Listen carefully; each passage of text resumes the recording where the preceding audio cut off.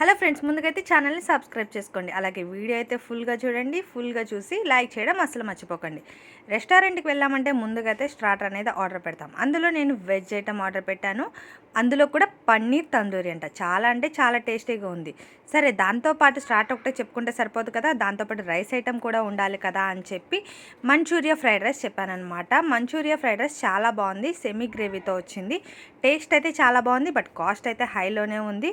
But pista house taste అంటే ఎవరు చెప్పవసరం లేదు. టేస్ట్ అయితే చాలా బాగుంటుంది కదా. మీరు కూడా ఇలా పిస్తా హౌస్కి వెళ్ళి కంపల్సరీ ఆర్డర్ పెట్టుకుంటే మాత్రం వీడియోని లైక్ చేయండి. అలాగే మీకు టేస్ట్ ఎలా ఉందో కూడా నాకు కమెంట్ సెక్షన్లో కమెంట్ చేయడం అసలు మర్చిపోకండి. ఇంకా వెజ్ మంచూరియా ఫ్రైడ్ రైస్ అయితే చాలా అంటే చాలా టేస్టీగా ఉంది. ఇంకా దీంతో పాటు పన్నీర్ది చెప్పుకున్నానని చెప్పాను కదా, పన్నీర్ స్టార్టర్ అయితే చెప్పవసరం లేదు, చాలా బాగుంది.